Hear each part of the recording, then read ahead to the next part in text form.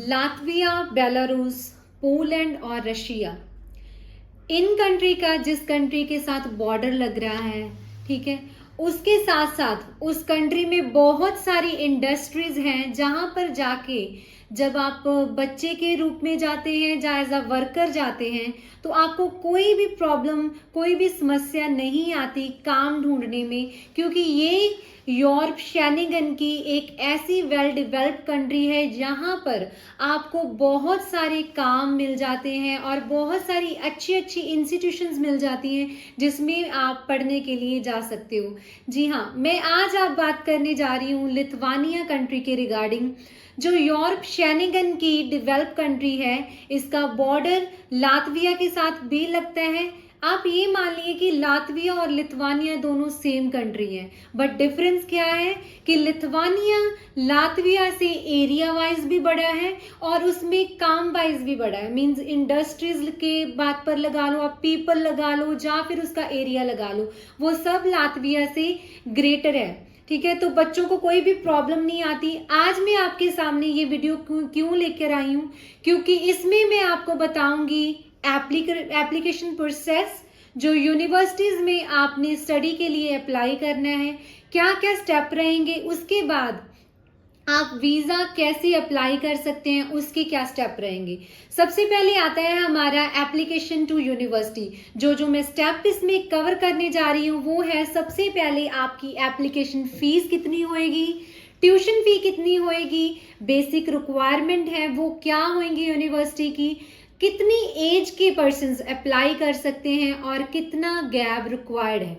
ये सभी basic question है जो हर एक पर्सन के माइंड में आते हैं जब आप यूनिवर्सिटीज के लिए स्टडी के लिए अप्लाई करने जाते हैं। उसके साथ में एक बहुत इंपॉर्टेंट बात बता दूं कि लिथुआनिया में कुछ ऐसी यूनिवर्सिटीज हैं जो सिर्फ एजेंट से रेफरेंस से अप्लाई होता है।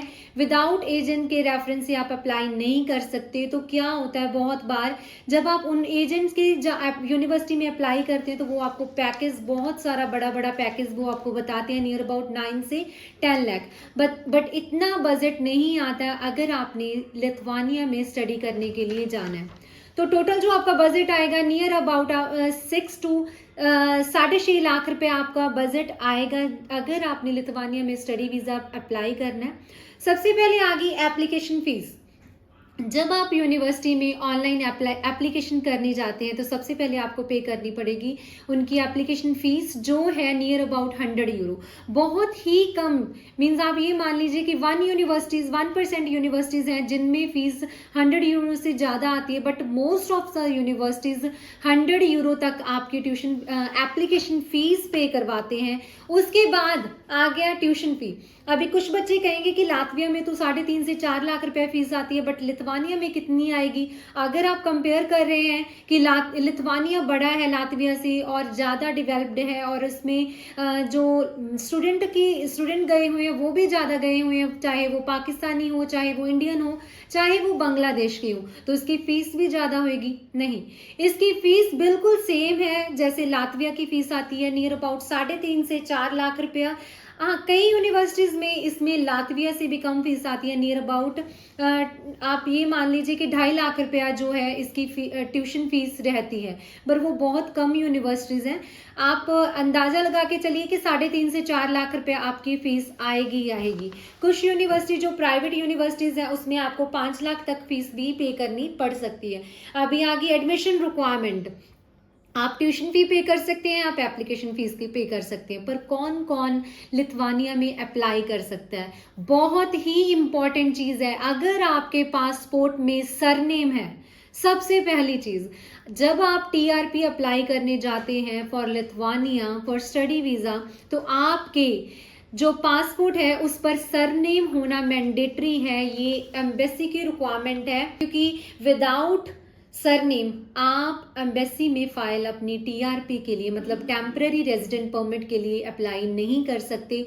चाहे तो आप कंफर्म भी कर सकते हैं एम्बेसी में कॉल करके, ठीक है। उसके बाद जो मेन रिक्वायरमेंट आती है वो, क्या मुझे आईएलटीएस का एग्जाम देना पड़ेगा, क्या मुझे पीटी का एग्जाम देना पड़ेगा, उसके साथ साथ कोई भी इंग्लिश प्रोफिशिएंसी सर्टिफिकेट मुझे चाहिए कि नहीं। जी नहीं, अगर आपके पास आईएलटीएस, पीटी, डोलिंगो, टॉफल है तो आप उसमें अप्लाई कर सकते हैं, बट अगर जिनके पास नहीं है तो वो एमओआई लेटर के साथ भी अप्लाई कर सकते हैं, जिनका मीडियम ऑफ इंस्ट्रक्शन इंग्लिश में था।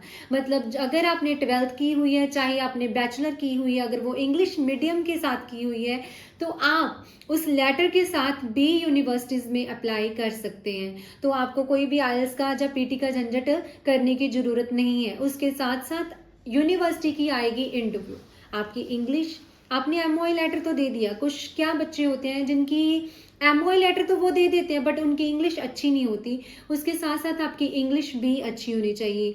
यहाँ मैं एक और पॉइंट रखूँगी कि यूरोप में किसी भी कंट्री में आप अप्लाई करेंगे, किसी भी यूनिवर्सिटी में करेंगे, उसमें आपको इंग्लिश का इंटरव्यू आएगा ही आएगा, और इंटरव्यू आपका बहुत अच्छा होना चाहिए, आपका कॉन्फिडेंस लेवल बहुत अच्छा होना चाहिए।